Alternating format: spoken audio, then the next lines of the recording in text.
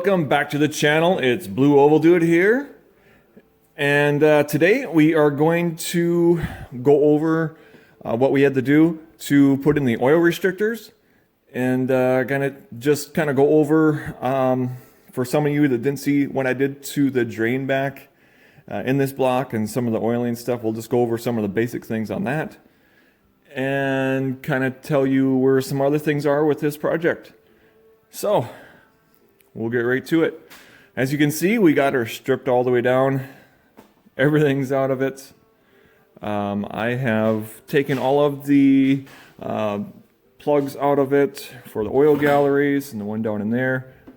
This block is converted to screw-in oil plugs, as you can see. So this does not have, and the one down in there, it does not have regular soft plugs in it.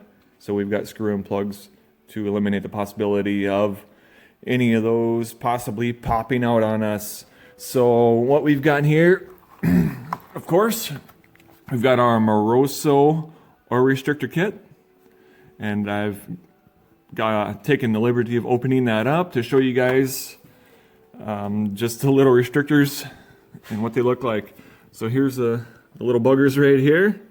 So these are the ones that go and they restrict the oil to the cam bearings, these four. This one right here, this is the one that restricts oil to your lifter banks. And these guys over here, that's if you have an aftermarket, like a dart block or something like that. That block is already drilled and tapped to just go ahead and put these plugs right in it. So if you've got a dart block, you should already be ready for these right here. So I already have this block drilled and tapped, and all that business is already done.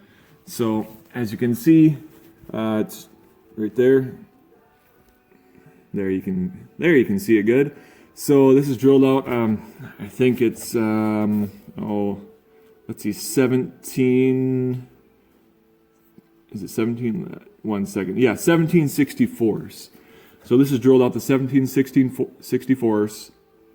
And then that's tapped to a 5/16 by 18. So these little plugs are ready to go in there, or the restrictors, I should say. They're ready to go. And that is on number, not number 1, but it's on number 2, 3, 4, and 5 is where that gets done. So those all get drilled out and tapped to your standard 5/16 coarse thread.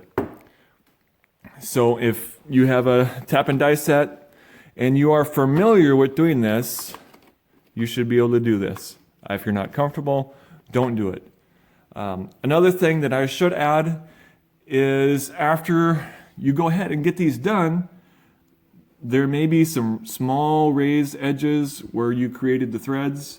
So you're probably going to want to take a small little file and just file into that oiling gallery right there, just at an angle into the hole, and just kind of file around the edges just to take off that top edge. No matter what you do, don't ever file across this machine surface, ever. Just in case someone got that idea.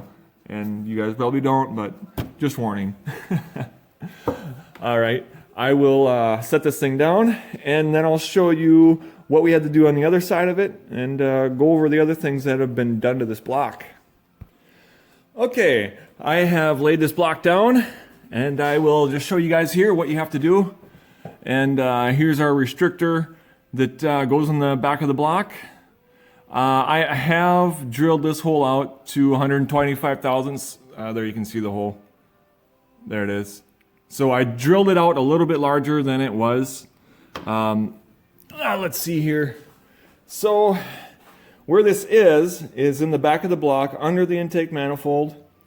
You know, this hole right here, that soft plug comes out of there. And then you've got to drill this out to, it's like a 17/32 or something like that. Don't remember exactly. And then, here, I'll show you from back here so you can see it better. So you drill this first portion of this gallery out larger than you need. And right here is where it gets restricted. See, I'll kind of just show you this real quick. So this is the main oiling gallery that it feeds your whole block. This guy right here, this is where it goes off, and you can see right here where it feeds the mains, and then of course the mains feed the cam right here. So this is where all your oiling comes from, and this runs, all these three run from front to the rear of the block. So what we're doing is, if we restrict it right here, obviously this is where it feeds both your right bank and your left bank of lifters. So it goes here, and then it goes up, and then over here, and that's where it feeds right here, your left bank. So right here is where your restrictor goes, so it restricts both your right and your left bank. So that should make sense. So this is already drilled out, at least this block was, to 3/8 inch, which is the right size. So you can thread it for 7/16 by 14 coarse thread. And after you thread that out, I'm going to give you a warning right now. This is a bugger to get tapped. And when you tap it, you also have to use a 1/4 inch, like a star bit or square with like a 6-inch, 1/4 inch extension, so you can hook it onto that tap and get it in there. You might have problems with this. If you're not experienced, don't try this at home. Don't blame me if you ruin your stuff. But I'm just letting you know how to do it, and it's up to you if you want to do it, or if you would just want to have a machine shop do it. So that's what you need to do to get the restrictors in there. So now I'll just show you a couple things that I did for drain back. For those of you that are not familiar with my oiling videos, the oiling mod videos that I already did to this, so it could have more drain back and more flow, stuff like that. I'll just show you guys what I did there, so you're familiar. Okay, right here, this is the rear of the block still. This is the oil drain back. This is actually drilled out 2 sizes larger than stock. So right here and right here, those are drilled out 2 sizes larger already. Okay. And I'll just flip this around so we can get a better look at it here. Okay, there. And as you can see, here we are in the back of the block still. These right here, drain backs, are radiused, and they are actually opened up 2 sizes larger than stock also. So this guy and this guy are both opened up larger. And this back one, I just radiused it a little bit, as you can see right there on the camera. The front of the block in the lifter valley, this hole right here, there you can see it. Here, let me get some more light here or something. There you go. You can see that this hole is opened way up. It's laid way down on the bottom side of it, so that oil can travel through there very easily, and then it can go and it can feed on the timing chain and the distributor gear and all that business. Okay. Also up here, the front of the block, here's your, right here, that's your drain back for the front. These are all opened up 2 sizes larger than stock. So that's that part of it. Also, I don't have the head sitting here in front of me. Those drain back holes in the front and the rear in the heads are both opened up and radiused, so the oil can flow into them easier than they would as they come out of the box. So this thing does have better drain back than it would have as it came out of the factory.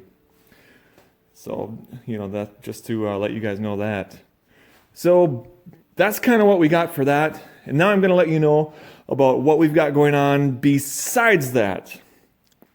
Now, when this thing was on the dyno, when I pulled the spark plugs out of it, I noticed number 3 didn't look like the way I would like it to look. And my assumption was, with this NKB experimental heads that I'm running on this thing, basically, because I'm just running these to see what happens with the heads.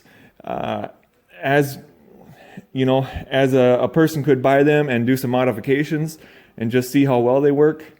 So with those NKB heads, that I took out the push rod pinch completely, so I had to use filler and fill that in. And of course I have my 180 thousandths offset lifters, and then I have 150 thousandths offset rockers that are on it. And if I'm real careful, I can maybe get 40 thousandths inch of filler in there inside of that push rod pinch. So when I saw the spark plug was black, I was like, oh, I'm almost absolutely positive that maybe I got one of those too thin and possibly broke through. So when I stripped it down, that is exactly what happened. And I'll show you guys a picture right on here. I'll put it up so you can see what happened. One of those, it must have been less than 30 thousandths inch thick. And yeah, it cracked and it put a hole in it. So when we were running it on the dyno, those dyno numbers we got was on 7 cylinders. When I pulled that piston out, it looked like it came out of the box. It was that clean. So just that alone's hurting a lot of horsepower right there. Nothing in it was hurt or anything like that, and I didn't expect it to be. I knew that was a chance that I was taking. I originally had a guy lined up that TIG welds aluminum heads and blocks and stuff like that. And if you didn't see that video, that he welded up one and then he decided he didn't want to do anymore. He's like, I just don't feel comfortable doing it. It's too hard to get in there, with my cup, my welding cup and stuff like that. So couldn't get him to do it.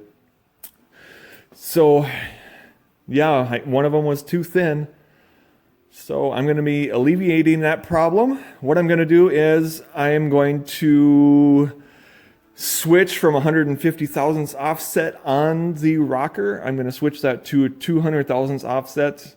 So then I'm just 20 thousandths on the other side of what my offset lifter is.